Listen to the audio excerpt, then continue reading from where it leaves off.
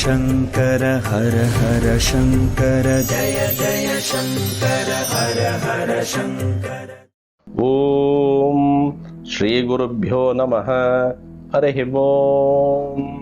अपार करुणा सिन्धुं ज्ञानदं शान्तरूपिणं श्रीचन्द्रशेखर गुरुं प्रणमामि मुदान्वहं।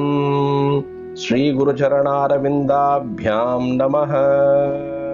Voice of God, Deivathin Kural, first volume, chapter 2, Advaitam, the Acharya's Commandment.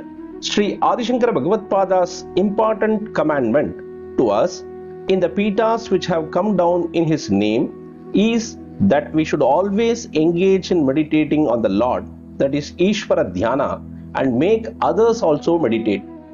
What for is this meditation on the Lord? The object is to discover that the Lord has become ourselves or that our true nature is He Himself.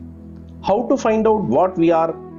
If you say you do not know, it is enough to meditate on the one whom we call the Ishvara with all the auspicious qualities. Since He and we are same, He will grant us the realization of our or His true nature.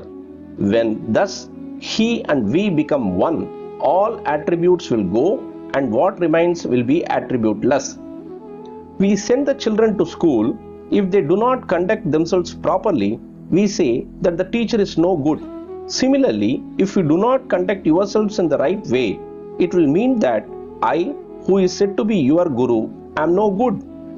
If one has the responsibility to keep a watch over another person and guide him on the right path, and if that person commits a wrong, the blame for that wrong will attach itself to the one who failed to guide him on the right path. The sins committed by the subjects will attach to the king, the sins of the wife to the husband, and the sins of the disciple to the guru, the teacher, says the age-old code of morals. Generally, when there is a guru, there will be a few disciples. A little sins committed by such disciples will attach to the guru.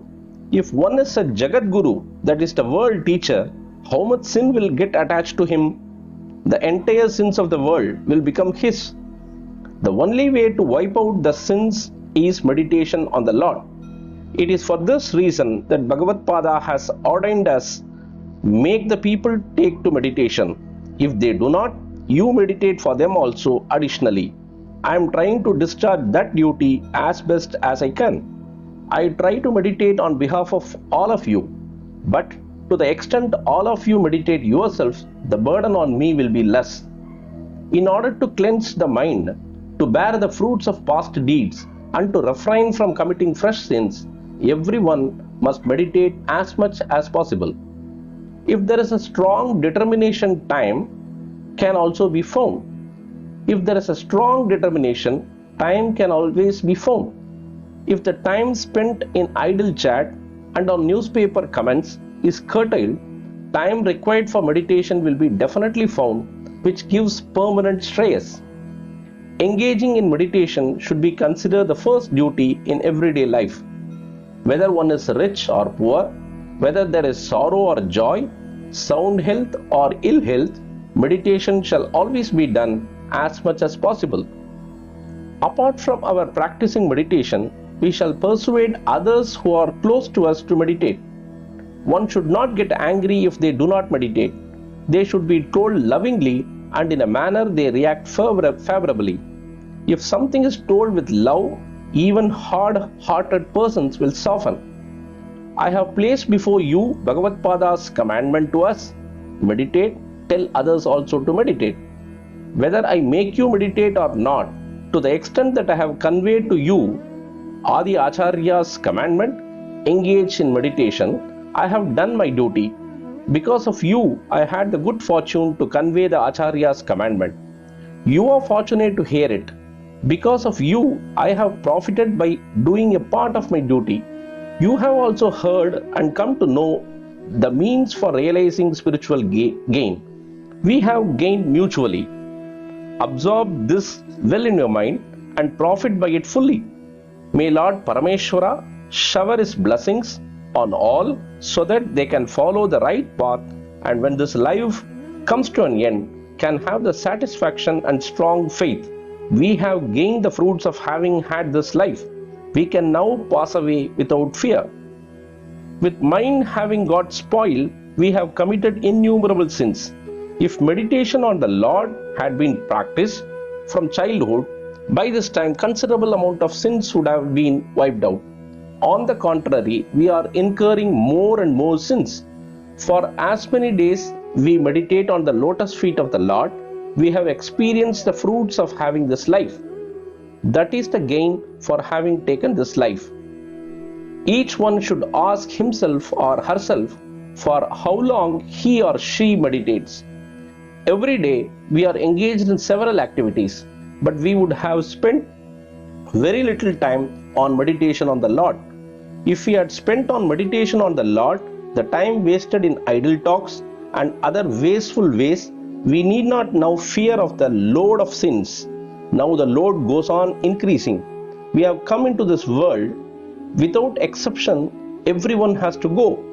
Till now, this world has been a place only for taking overloads of dirt. Hereafter, let us make this a place for cleansing the dirt. Holy place, holy waters, body, mind, Shastra and other conveniences are available in this world only. We have committed sins by word of mouth, by the mind and by our body. The same thought, mind and deed should be used for doing virtuous acts, and through such acts, the sins committed by the same agents should be wiped out. If we so manage that we can say that there is no baggage of sin when leaving this world, we fly away happily and as light as cotton. We can return to the same place from where we had started. After that, we can have continuous bliss. In Kannada, there is a saying about our Acharya, he will make even sinners a Paramathma, that is a great soul. The Acharya has laid the steps even for one whom we call a bad soul to realize that there is nothing other than the Paramatma and attains that state. Beginning in karma, this goes through bhakti and ends in jnana. Voice of God will continue. Pradosha Shankara, Pratyaksha Shankara. Tennarudiya Periyava Potri, Yennattavakkum Iraiva Potri, Sarvagnya Sarvavyapi Periyava Sharanam, Mahaperiyava Mahaperiyavadi Potri.